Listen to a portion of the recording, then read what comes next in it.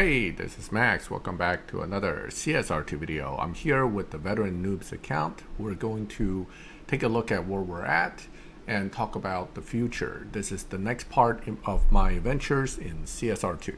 First of all, getting close to finishing off KJ's challenge. I have been taking my time with this, but it's not really a matter of whether the car's ready, but rather a matter of planning ahead. And we'll talk about that after we finish KJ and open up Shauna. The NSXR, while it's not the best sprinter in the long run, in the short term for Tempest 1, with the upgrades I have, it's been doing just fine, even on the sprints without tuning. This is not the car to use for later Tempest because Tempest 3 sprints are going to be much tougher, and therefore this car will not be able to pull its weight as far as the sprints go. Now, speed traps, no problem. This car is very good about speed traps. One of your options to do combination of two cars. Another option is to use one car, and fortunately we already have one car that is ready. Okay, all right, so Shauna's next. In fact, that is a race pass challenge, is to do 5 races in Shauna. And part of the reason I'm actually finishing KJ because I want to go ahead and move to Shauna at this point. We should not need any of the nitrous thing that they're offering. Again, that's kind of a waste of money. Let's go ahead and do this. KJ's car should not even be close to what my car can run. But, you know, again, always good to do a little research before you run into the final event.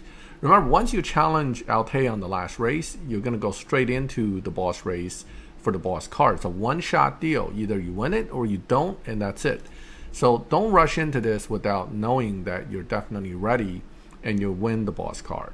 That was a relatively easy race, certainly as I expected to be, and we just won KJ's GTR. Now, there are a lot of GTRs in the game, and this is possibly the worst GTR of them all. So once you get KJ's GTR, pack it away in the garage and let it sit. This is not a car you're going to waste resources on. Certainly not one you should be tempted to build to do anything with because it's absolutely terrible. Okay, so what we do is we tend to move these. What I have at my system is to move it to a garage where I have a lot of the boss cars together. That's actually towards the front rather than placing it with my other cars. Unless the boss car is one that's actually useful, I tend to put them all the way up front in my garage as their little, oh, here we go. He is tier 4, so he'll be a little bit of a tier 4 collection kind of situation rather than having the boss car in my main garages. Now, planning ahead. Tempest 2 tier 1. Right now we're going to finish Tempest 1 tier 2, right? That should be easy. We're going to use the Ferrari GTO to take care of that. That should be really straightforward for Shauna. But let's talk about the next Tempest. Tempest 2, for tier 1, I'm still probably going to have to use the Golf GTI. And what I'm going to do is use Angel Civic as the license car, simply because it's a good car for live racing and map stuff down the line, and I can build it up. Elite license it, get that extra 10% RP every time I use it. And I will use it a lot. I'm still using it on my main account. Tempest 2 tier 2, very straightforward. 300 SL Coupe will get the elite license. I'm going to continue to use the 250 GTO as the car of choice. And these guys, although this one's pretty good, getting parts is a problem. That's why I'm not focused on it yet. These two, this one and this one will carry me for Tempest 2 for license and for the event itself. For tier 3, I have the Civic Type R. I'm going to elite license. Not that I actually raise tier 3 cars much, but this is a good choice. I have a backup tier 3 for Tempest 3 if I don't get better tier 3 cars, and that'll be this one for licensing. And again, the M2 will carry me all the way through Tempest 3. For tier 4, things have developed quite well, and there's going to be some changes. Most likely I'm going to elite license this guy because he's almost there where I can live race him, or this guy, which is also possible for future live racing. But most likely this one first because it's already useful, and this one will be a long-term build. Maybe for Tempest 3, I'll elite license this for live purposes. And the car that I want to talk about is the Pandem Skyline GTR. This car is capable of doing all Tempest challenges all the way through Tempest 3 without being fully maxed, although you do have to have a decent amount of stage 6s. The benefit here is that because of the Prestige Cup, I have a car that's really well built, and I've been gathering Nissan Fusions for quite a while because my main live racer is a Nissan, so the surplus Fusions have been going into the Pandem. Ultimately, this car is now ready to take on Tempest 3, and therefore certainly ready to take on Tempest 2, and it's a much better sprinter than the NSXR while being still capable of the top speed. So this guy is going to be my Tempest 2 event car, while the NSXR will now become the elite license car. And for tier 5, we have a lot of options for tier 5, but looks like the Civic's getting its parts delivered. I mean, I'm getting a lot of notifications. I'm going to get 7 of them, I think. All right, so GR Supra. Again, as I said in past videos, this is the primary car I'm focusing on fully eliting first, and I'm getting close. I'm getting up to the point where I'm almost able to get this car elite to the last 2 levels. Of course, this is where things are going to get a little bit slower because of the requirement for high amount of red and also the gold.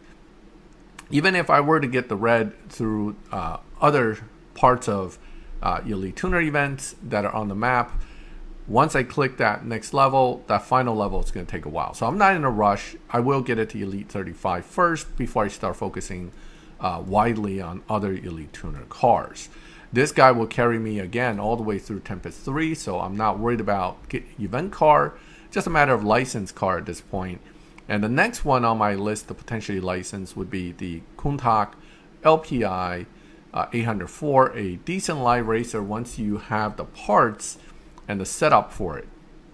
The reason why I'm not using the Evolution Coupe is because, quite frankly, it's not very good.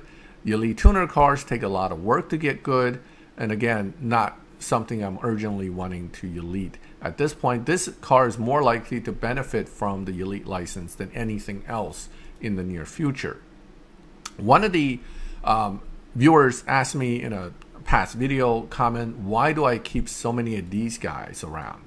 Well, I do them because I am doing the race pass challenges as they come.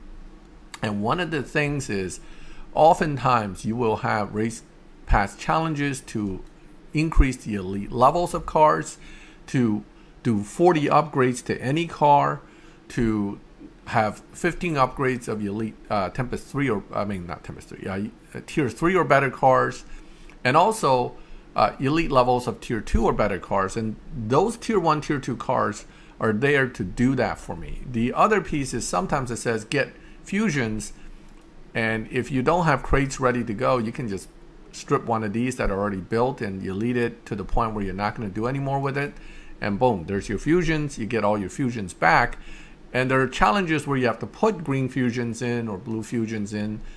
These cars, when you strip them, you get all the greens and blues back, so you can keep cycling through these to keep adding and taking back your fusions, so you're not losing 40 green fusions all at once and have nowhere to get more. Although, as you play more, you shouldn't have a problem with green fusions. Certainly, we have tons of them. It's just a matter of where to put them, right? And if you have tons of forward green fusions from stripping and doing stuff over time with this, you can put them all in these cars and get them all back very quickly. So this is why I have these cars. And I'm going to start buying tier 3 cars since I have now plenty of cash. Because same idea, I'm going to build them up to stage 3 for those challenges, and then I'll strip it, get parts and fusions out of it. Okay, now let's go ahead and go to the map and do something with Shauna real quick, because we need to actually get 5 races in for that. I'm also ready to collect my race pass cars, so I'm going to do that as well. So let's take a look.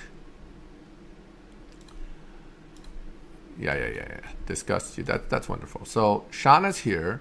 I have all these tier 2s, right? And I have options to lock in. Notice it wants to pick this car, which is not the one I want to use. I want to select the GTO. I'm going to confirm that.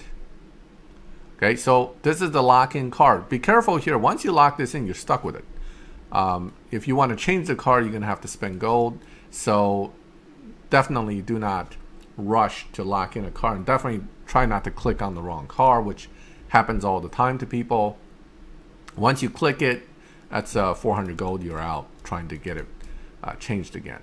The GTO's really good car for pretty much anything tier 2. In Tempest 3, where it struggles a little bit is getting the right stage 6 for getting those sprints down. But ultimately, if you have tire, you'd be good to go. So I'm going to do my quick 5 races here just to go ahead and get the event done for the challenge. Not the entire Tempest one, but just 5 races to get the race pass challenge done. Then we'll, oh wait, it kicked me back.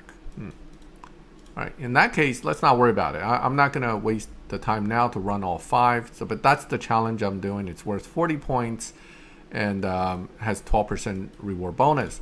So very easy to get to this point. Rank 21 here. I still have a week, 5 days, so most likely I will get to 23, collect those 2 epics. So one of the big challenges all the time when you get to Race Pass is free cars. They're not the greatest cars, but which one do I take? Let's analyze it real quick.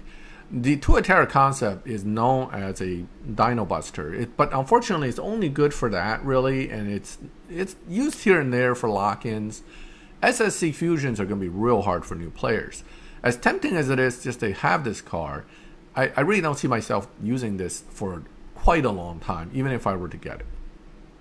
The same goes for the HS Customs Under Pressure. This gets used in the American Road Trip events a lot. It's a good car, but it uses Chevy Fusions, and it's not good for live racing as much as it just, when it's fully maxed, it beats Dyno a lot. I mean, it's another one of those Dino Buster cars that might be useful sometime in the future once you have it fully built, or if it's a lock-in for AR, you can use it for that, right? American Road Trip. But that doesn't mean the Dodge Mopar Drag Pack won't be used in American Road Trip as well. Dodge Fusions are far more accessible and far more common. So out of these 3, the one that is actually viable in live without having to play tricks with down 2 and all that is also the Challenger Mopar Drag Pack. Not the best live racer, but useful enough that I would select this over the other 2 as a newer player. Now, as a veteran player, most likely I would get the Tuatara because it's just, you know, something cooler. Maybe I'll get a better livery than the one I have. The Under Pressure comes only in 1 look, and you really don't need 3 of them. So, you know, the Under Pressure is one of those cars that older players already have, so it's not needed. Mopar Challenge Drag Pack. Being that it's a possible live racer, I now can build this, and unless I get something better, now I have a possibility for another elite licensed car as an alternative to the Lamborghini, which between the 2, I would say the Countach, it's a little better, okay? But the Drag Pack is good. It's not a bad car at all in live. Therefore, it's worth picking this car up just to have it, and I will slowly build it. Okay, now, so we took care of that. Now the next step is let's go ahead and talk about what do we need to do for this season. Well, I'm gonna need to pull the PC car, right? Last season, I got the PC car. I actually spent 750 silver last season. I didn't do a video on it, but it's because it was the Pandem GTR. I really needed parts, and I wanted that car upgraded enough to set me up for Tempest, so I went ahead and did that. This time, I have 1150 silver keys ready to go, which means I can pull 15 times, but I'm going to hopefully not have to do that.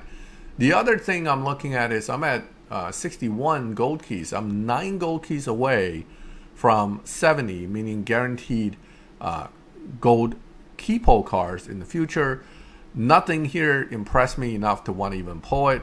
I'm going to wait, and let's go ahead and pull the S63. First pull, boom, 5 stars. Wow. Okay. That's going to make this video a little shorter. But yeah, there it is. Done. I got it. Okay. Now, here's the thing about this car. It's a Mercedes. Mercedes Fusions are tough to get. I'm going to struggle this season with finishing the PC Cup because of this car being a Mercedes. Does that mean I should waste more resources and get a few more to strip? Currently, that's a definite possibility. I may have to do it because, quite honestly, I need to get more fusions. I need it for the SL300 as well. And because of last season and because of building the Supra and other things that I'm trying to do, my bronze key count is really, really low. So sacrificing some more silver keys here to get some more cars may not be a bad idea. Plus, I'm still looking for my 1-star GTI just to have one. Not to say that I want 1-star cars, but a few more pulls won't hurt me. I can probably pull it until I get to 750 and then stop there just to see where things are. Oh, speaking of 1-star cars, you got lucky on the first pull. Here comes the 1-stars. This is the TTRS. We're going to strip it and deal with it later for parts. So more Audi parts can't hurt. Already have the TTRS in the garage. No need for another one. 3-star car doesn't mean it's going to be any good, but let's see what it is. Oh, remember, I didn't buy this truck, right? I didn't buy this truck for the Ford Performance event with gold because I said at one point I'm probably going to end up pulling it as a random pull during Prestige Cup pulls. Well, there it is. Now next time the Ford Performance event pops up, guess what? Lock-in number 1 is here. The SVT Raptor that I've been putting off buying with gold, which means my gold level is a lot better. And therefore, I now have another car that I've been kind of looking for, just random pulling. I mean, this is where, being a newer player, something coming out being useful is much more likely than when you're an older player with everything in the garage already. Great. So 2 cars that turned out rather useful so far. Let me see if I can get another good car out of this. I'm not saying by 750 silver keys I'm guaranteed to get another car that's going to be useful, but at least there's a possibility. Now, this one is the LF1 Exige. It's actually a decent tier 2 car for Tempest, but Lotus Fusion's being difficult. This is a keeper, but not something I'm going to focus on anytime soon. We're down to 950, 4 pulls. Come on, one more Mercedes, please. It would be very helpful to my progression if I get lucky. Not that I'm counting on it, but it would be nice. Okay, this one is a Challenger SRT Hellcat 2-star. Although, terrible car, used in some events, but at least I have it now. I mean, I actually don't have this car, so this is a car that's in tier 3 I'm going to now have. And that means future ones I can strip. Okay, 900 keys. We're 5 pulls in. Okay, it's unlikely by 750 I'm going to get another 5-star, but at least it's something to look at. Again, M4 Coupe 2-star. Notice first one I have. So again, a keeper. All these cars are keepers as long as it's the only one I have. Once you get more than one, that's where they're going to start getting stripped for parts. So 2 more chances at getting another AMG. If not, it doesn't hurt my feelings. It's just a matter of then having to plan around getting fusions some other way. Okay, this is just really terrible. I'm going to strip this one. I got an orange one before from last season. This season's blue one. Maybe I'll keep the blue one and strip the orange one. Who knows? I'll figure it out. That car, worst tier 2, period. Not worth even looking at, really. All right, I'm down to 750. I'm going to stop. Mainly because at this point, I want to wait till closer to the end of the season to do any more polls if I do it. And they love giving me this guy too. Already got it. Going to end up stripping it. I really don't want more Velocitors tier 1, but this is what the game likes to give you. Instead of the GTI, I keep getting this guy. All right, now, based on the amount of silver keys I generally gain, I should end up again next season at about 1150 silver keys, even if I did pull extra this season. Now, I'm not going to, well, I might, 7 more pulls here is about 350 keys. So that would mean that it really puts me at about 900 afterwards if I earn all the silver keys in the season. I may end up pulling later in the season to get another one of these just to hopefully get lucky, but so far so bad, right? The good news is we got it on the first pull. The bad news is I can't get any more. Additional good news is I got more cars that are actually useful to me or are actually not owned before.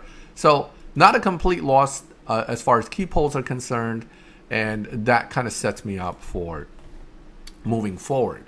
Now, what do I do during the season? So I've been pulling the 1.5 million pretty steadily the last 2 seasons. It hasn't been that difficult.